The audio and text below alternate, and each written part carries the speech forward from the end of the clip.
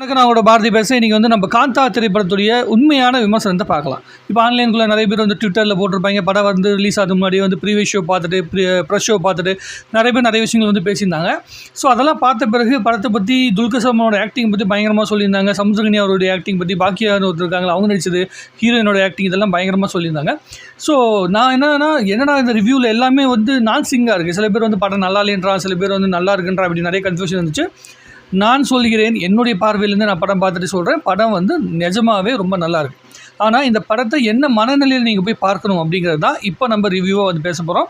படத்துடைய கதை அப்படிங்கிறது வந்து ஒரு இயக்குனருக்கும் ஹீரோவுக்கும் இடைப்பட்ட ஒரு கோபம், ஒரு ஈகோ, அதாவது மேல் ஈகோ அப்படின்னு வந்து ஈஸியாக சொல்லலாம்.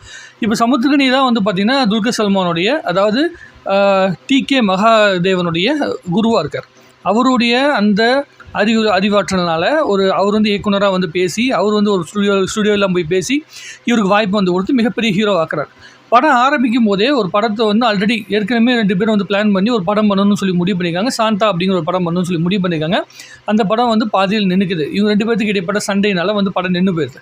அப்புறம் மறுபடியும் அந்த படத்தை ரீகால் பண்ணி எடுக்கணும் அப்படின்னு முயற்சி பண்ணுறாங்க. ஏன்னா அந்த படம் எடுக்கப்பட்ட ஸ்டுடியோ மாடர்ன் ஸ்டுடியோஸ் அப்படிங்கிற ஸ்டுடியோ வந்து பார்த்திங்கன்னா ரொம்ப லாஸ்ட்டில் இருக்குது. இந்த படத்தை எடுத்தால் தான் அவங்க மீண்டு வர முடியும் அப்படிங்கிற சூழ்நிலைகள் இருக்காங்க. ஸோ அந்த படம் ஸ்டார்ட் ஆகும்போது